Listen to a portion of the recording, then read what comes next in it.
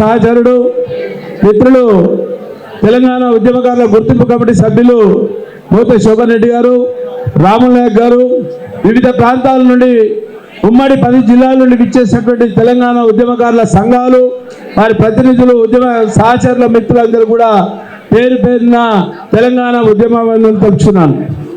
ముఖ్యంగా ఈరోజు ఉద్యమకారుల సంఘాల ప్రతినిధులతోటి చర్చా వేదిక గుర్తింపు కమిటీకి కావాల్సినటువంటి అంశాలని ప్రభుత్వానికి తెలియజేసే విధంగా ఇక్కడికి రావడం జరిగింది. మేము ఏకవాక్య తీర్మానాన్ని మా తెలంగాణ ఉద్యమకారుల సంక్షేమ సంఘం నుండి ప్రభుత్వము చెప్పినటువంటి విషయాలు ఏదైతే ఉన్నాయో, గుర్తింపు కమిటీకి చెప్పినటువంటి విషయాలు కావచ్చు, కాంగ్రెస్ పార్టీ పెట్టినటువంటి మేనిఫెస్టో కావచ్చు, 250 గజాల జాగా, 25,000 పెన్షన్ మరియు గుర్తింపు కార్డులు ఏదైతే ఇస్తారో వాటి పూర్తిగా మీరు ఆమోదించాల్సినటువంటి అవసరం ఉన్నది, ఆవశ్యకత ఉందని చెప్పి ఈ సూచన ద్వారా అందరికీ ఏకగ్రీవంగా మేము మా సంఘం తరఫున మేము మీకు విజ్ఞప్తి చేస్తున్నాం. రెండో అంశం ఏదంటే, ఈరోజు సంఘాల ప్రతినిధులతోటి చేసినటువంటి విషయం ఏదైతుందో, గతంలో తెలంగాణ రాష్ట్రం కోసం శ్రీకృష్ణ కమిటీ చేసినటువంటి కార్యక్రమం ఏదైతుందో ప్రతి జిల్లా కూడా తిరిగింది.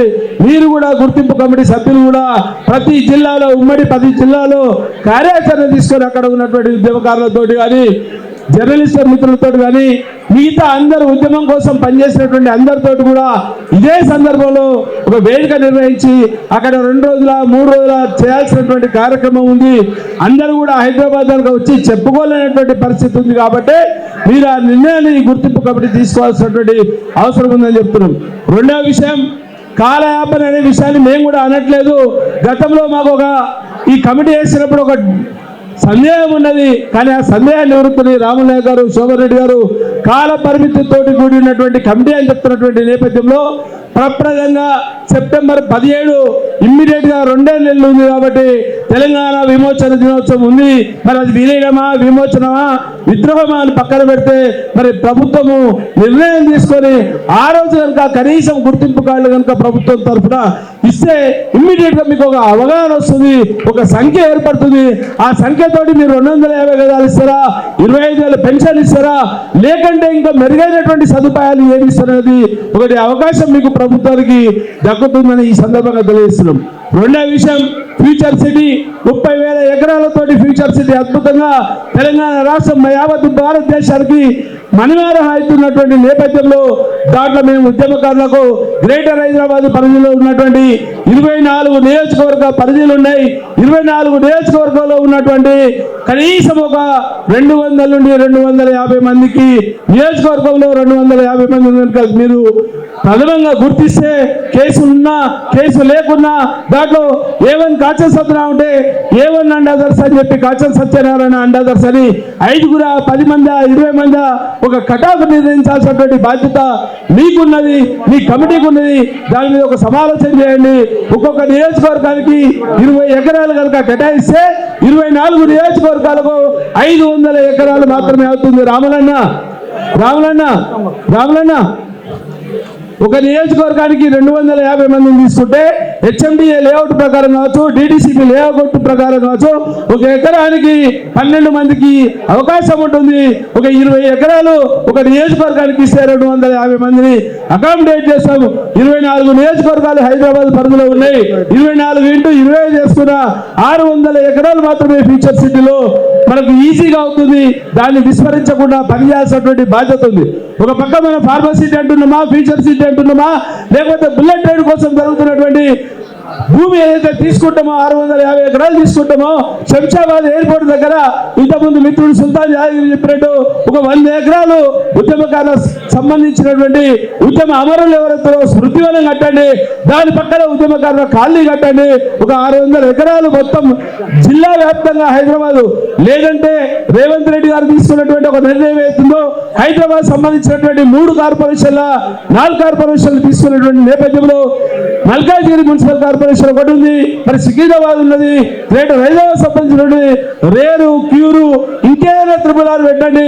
ఆ పరిధిలో మాత్రం 24 నియోజకవర్గాలకు సంబంధించినటువంటి ఉద్యమకారులకు మీరు అకామిడేట్ చేయాల్సినటువంటి బాధ్యత ఉందని చెప్పి ఈ సందర్భంగా చెప్తున్నాం.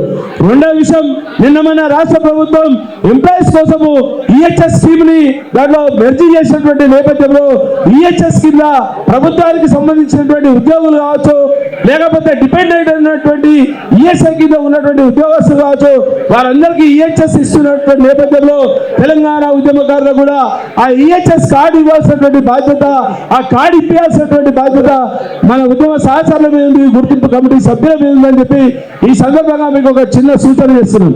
మరి మిత్రులారా, మనం ఒకవేళ మనకు సందేహం అవసరం లేదని అనిపిస్తున్నది. ఎందుకంటే చిత్తశుద్ధితోటి పనిచేస్తున్నటువంటి నేపథ్యంలో 2014 కోదండరాం గారి అధ్యక్షతన తెలంగాణ ఉద్యమకారుల సంక్షేమ సంఘం TGUKSS.com అని ఒక ఆర్గనైజేషన్ మేము 2014 రిజిస్ట్రేషన్ చేపించి దాని ద్వారా ఇప్పటి వరకు చాలా మందికి కనీసం 500-600 మందికి మా దగ్గర డాటా ఉన్నది. ఉద్యమకారుల డాటా ప్రప్రదంగా ఎల్బీనగర్ నియోజకవర్గం నుండి శ్రీకాంతాచారి ఆధ్వర్యంతో తెలంగాణ ఉద్యమం ఉవ్వెత్తున నేపథ్యంలో మరి అక్కడనే మళ్ళా మేము కూడా స్టార్ట్ చేసాం. ఉద్యమకారుల సంక్షేమ సంఘం కోసం పనిచేస్తున్నాం కాబట్టి మేము కూడా కొన్ని గుర్తింపు కార్డులు ఇస్తున్నాం. TGUKSS అని ఒక వెబ్సైట్ ఉన్నది. ఆ వెబ్సైట్ ద్వారా ప్రభుత్వానికి కావాల్సినటువంటి అంశాలని మా వెబ్సైట్ నుండి మీకు ఇస్తాము. మా దగ్గర ఉన్నటువంటి డాటా ఉంది, పోలీస్ కేసులు అయినటువంటి డాటా ఉంది, అమరుల కుటుంబాల డాటా ఉన్నది. ఉద్యమకారులని గుర్తింపే ప్రక్రియలో మేము చేసినటువంటి ఉద్యమ సమయంలో ఎన్నో కార్యక్రమాలు చేసి అన్ని కూడా ఫోటోలతో సహా మన దగ్గర ఎవిడెన్స్ ఉన్నది. దానికోసం ఇక్కడ పనిచేసినటువంటి అత్యధికంగా ఈ రోజు ఎల్బీనగర్ పాత కాన్స్టిట్యూన్సీ ఎల్బీనగర్ నియోజకవర్గం నుండి ఎక్కువ వచ్చినటువంటి మా ఉద్యమ సహచరులు కూడా ఉద్యమకారులు కూడా మేమే ఉన్నాం. హైదరాబాద్ లో ఉద్యమం అంటే గేట్ ఆఫ్ తెలంగాణ, హైదరాబాద్ కు మణిహారం కావచ్చు, ఆంధ్ర పాలకులు వచ్చేటప్పుడు ఎల్బీనగర్ నుండి ఉద్యమం స్టార్ట్ అయింది. కాబట్టి మీరు తీసుకున్నటువంటి నిర్ణయం కూడా మళ్ళీ ఎల్బీనగర్ నుండి మేము ఆశిస్తున్నాము. ఎల్బీనగర్ నియోజకవర్గం ప్రప్రదంగా మాకు దక్కాల్సినటువంటి అన్ని వసతులు కూడా మీరు కల్పిస్తారని ఆశిస్తున్నాం. అదే కాకుండా ఈ గుర్తింపు ప్రక్రియలో భాగంగా అందరూ కూడా ఉద్యమ సహచరులే ఉన్నారు కాబట్టి ఇందులో ఎవరు లేరు, ఒక కేశవరావు గారు తప్ప మిగతా 5 పూర్తి స్థాయిలో మనకు అందుబాటులో ఉన్నటువంటి వ్యక్తులు కాబట్టి పూర్తి విశ్వాసం మేము ఉంచుతున్నాం. ఆ విశ్వాసంతో పాటు మా ఉద్యమకారులందరూ కూడా మీరు న్యాయం చేస్తారని ఒక నమ్మకం, ప్రగాఢమైనటువంటి విశ్వాసం ఉందని చెప్తూ మా వెబ్సైట్ నుండి కూడా మీకు కావాల్సినటువంటి సమాచారాన్ని అందిస్తాం. దీన్ని పరిగణలోకి తీసుకోవాలి. ఏ జిల్లాలో కనుక ఉమ్మడి జిల్లాలు తీసుకుంటే, ఉమ్మడి జిల్లా ప్రాతిపదికగా తీసుకుంటే ఆ జిల్లాలో ఒక 500 ఎకరాలు పెద్ద కష్టమైనటువంటి పని కాదు. ప్రతి జిల్లాలో 500 ఎకరాలు దొరుకుతుంది. అంటే 10 జిల్లాలు అనుకుంటే 5,000 ఎకరాలతోటి దాదాపుగా ఉద్యమకారులకు అందరూ కూడా అకామిడేట్ చేస్తారని చెప్పి ఈ సందర్భంగా తెలియజేస్తూ మాకు ఇచ్చినటువంటి అవకాశాన్ని మరొకసారి ఉద్యమకారుల కోసం ఒకవేళ కనుక ఏమైనా జరగరానిది జరిగితే ఉద్యమకారుల కోసం పనిచేసే దాంట్లో మళ్ళీ ఎల్బీనగర్ నియోజకవర్గం నుండి కీలకంగా పనిచేస్తాం. హైదరాబాద్ కు పూర్తి స్థాయిలో స్వేచ్ఛ తీసుకొచ్చే విధంగా ఉద్యమకారుల కోసం పనిచేస్తామని చెప్తున్నాను. ఇది కాకపోతే 2029లో జరగబోయేటువంటి శాసనసభ ఎన్నికల్లో చట్టసభల్లో వాదించి కొట్లాడి మెప్పించి ఉద్యమకారుల కోసం న్యాయం చేస్తామని చెప్పి ఈ సందర్భంగా తెలియజేస్తూ జై తెలంగాణ.